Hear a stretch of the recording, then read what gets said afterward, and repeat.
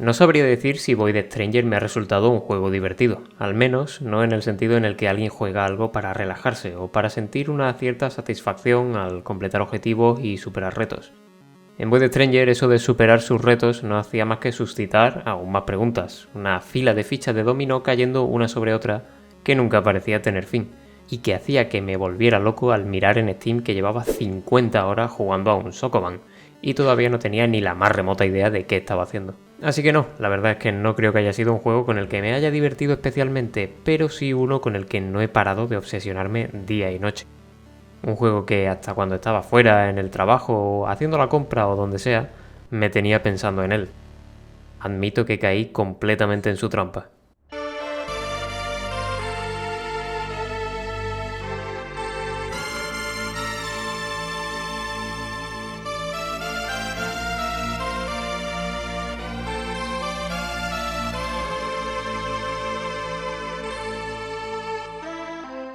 Como supongo que hay que explicar de qué estoy hablando, vamos a empezar por lo básico. Void Stranger es el segundo juego de System Erasure, el estudio finlandés que ya debutó en 2018 con Zero Ranger, un shoot 'em up de naves que quizás no fue el juego indie más popular de aquel año, pero que hizo que quienes lo jugamos lo recordemos con mucho cariño. Había ganas de ver el siguiente trabajo del estudio.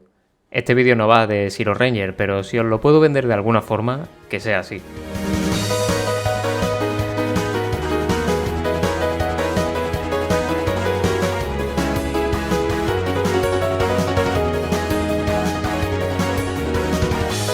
Aunque ambos tienen bastantes cosas en común, porque de la misma forma que Zero Ranger es sobre todo un juego de naves, pero también algo más, la faceta Sokoban de Void Stranger es igualmente solo la punta del iceberg. Sokoban, por cierto, es como se le llama a ese nicho de juego de puzzles que consisten en desplazar cajitas en vista cenital para despejar el camino y llegar a la meta.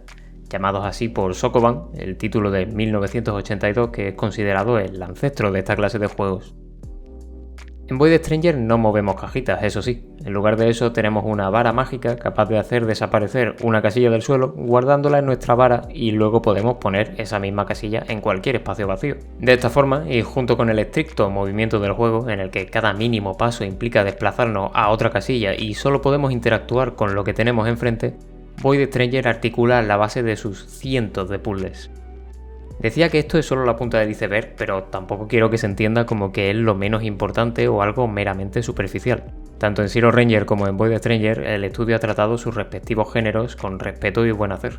De la misma forma que Inscription es un buen juego de cartas a pesar de todo ese metalenguaje creepypasta que le rodea, o la trilogía del corneto de Edgar Wright son muy buenas películas de sus respectivos géneros, pese a tener un carácter de homenaje cómico y casi paródico tan evidente.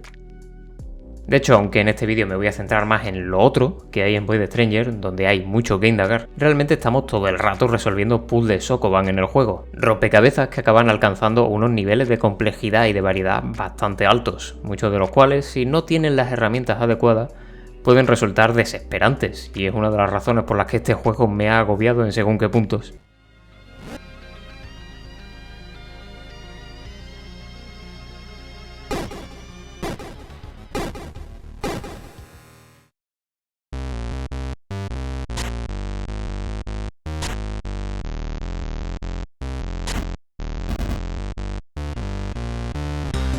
Pero a estas alturas no creo que nadie entre a Void Stranger pensando que es solo un Sokoban y ya. De hecho, diría que los que venimos de Zero Ranger ya esperábamos algún girito. Desde el principio del juego irán notando que hay ciertas cosas algo sospechosas que no encajan del todo. Y es intencionado, vaya. Son pequeñas pistas que el juego te va dejando para que andes con los ojos abiertos, o para que saques la libreta y el lápiz y empieces a apuntar lo que veas. Cosa que yo debería haber hecho y con la que seguramente me habría ahorrado horas y horas de dar vueltas sin ton ni son. Por ejemplo, al principio ves que tienes unos puntos de vida en la esquina inferior izquierda de la pantalla, pero nunca parecen tener utilidad, ya que siempre te matan de un golpe. Ves que empiezas con movimiento libre, pero en cuanto obtienes la vara del vacío pasas a moverte por casillas.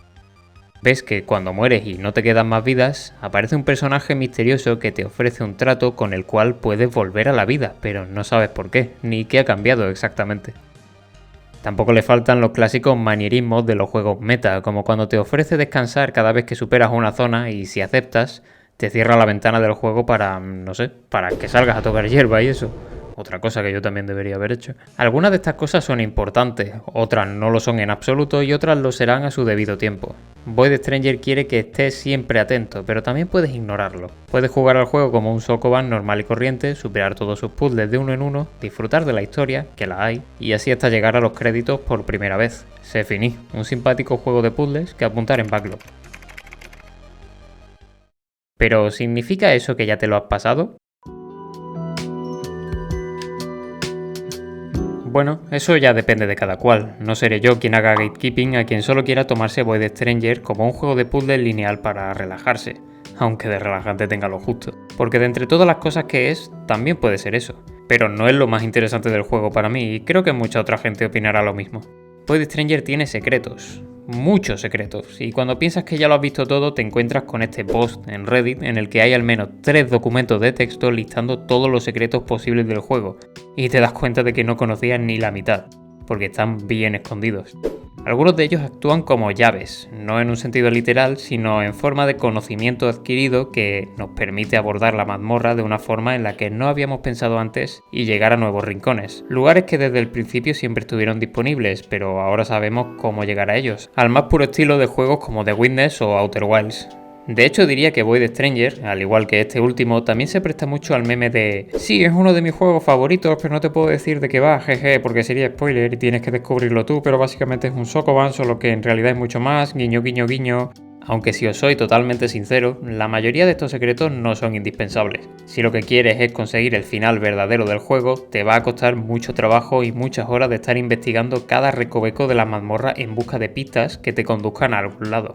Y encontrarás pistas, pero estas pueden ser rematadamente vagas o dirigirte en una dirección totalmente diferente de la que buscas. No todos los secretos de Void Stranger son tan interesantes y el hecho de que el juego sea tan rígido en su funcionamiento, es decir, no puedes navegar por la mazmorra hacia donde quieras así como así, hace que llegue a hacerse increíblemente frustrante. Y lo mejor de todo es que hay formas de hacer el juego más llevadero, pero sí, lo has adivinado, también son secretos que hay que ir descubriendo. No serán pocas las veces que sentirás que estás andando en círculos, o que estás superando a duras penas unos puzzles Sokoban dificilísimos sin saber muy bien hacia dónde te diriges o si merecerá la pena. De ahí que Void Stranger, como decía al principio, pueda no resultar un juego especialmente divertido para mucha gente, yo incluido. Es confuso, frustrante, obtuso y a veces un poco cabrón.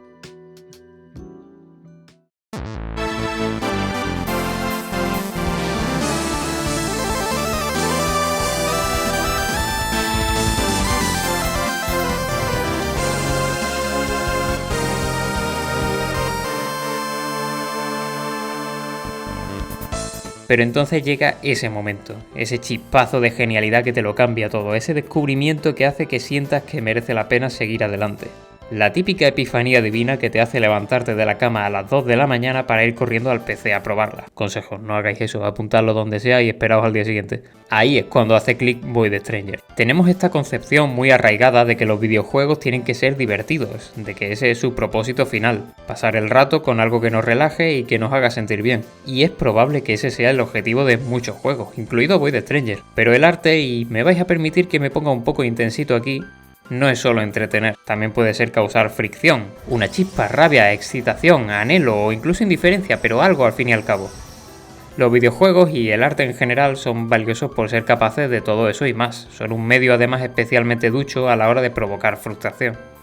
Y lo más interesante de este tipo de juegos ni siquiera suele ser la frustración en sí misma, sino lo que viene después.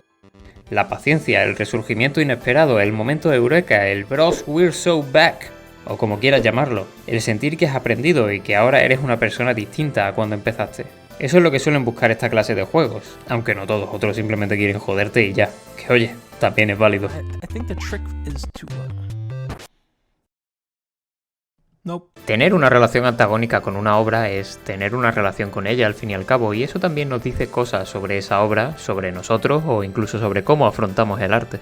Void Stranger, por este tipo de razones, es una obra desquiciante y fascinante al mismo tiempo. En el podcast Mochila de Juego, Tomás Grau lo define como un juego lleno de altibajos emocionales. A veces te pierde, ya sea por alguna de sus excentricidades narrativas o por ser un juego en general frustrante y complicado de entender, pero luego te vuelve a ganar. Y para Tomás fueron esos momentos de sinceridad y de reafirmación los que hicieron que quisiera quedarse y seguir indagando más y más.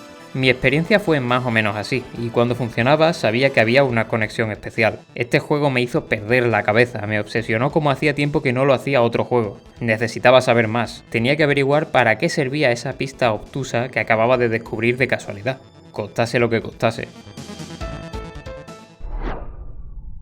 Pero no siempre pude hacerlo solo.